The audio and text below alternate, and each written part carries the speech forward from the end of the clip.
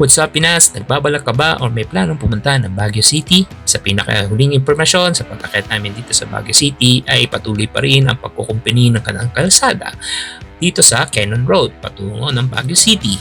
Ang Department of Public Works and Highways at iba pang siya ay nagsisikap sa pagbubuti ng kondisyon ng kalsada at matiyak ang kaligtasan ng mga motoristang bumabiyahe sa Cannon Road.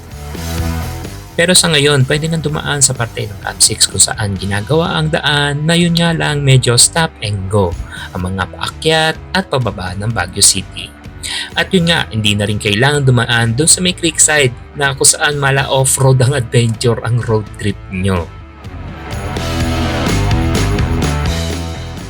Yun nga Kapinas, dahil sa patuloy na pag-aayos ng kalsada, maaari magkaroon ng konting pagkantala at sinisikap naman ang trapiko sa lugar. May ipapayo para sa mga motorista na planuhin ang kanilang pagbiyahe at naaayon at sundin ang anumang traffic advisories na inilabas ng Traffic Bureau Office.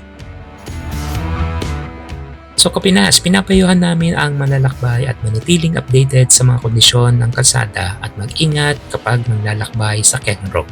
Salamat at ingat Kapinas and thanks for watching. Peace Kapinas!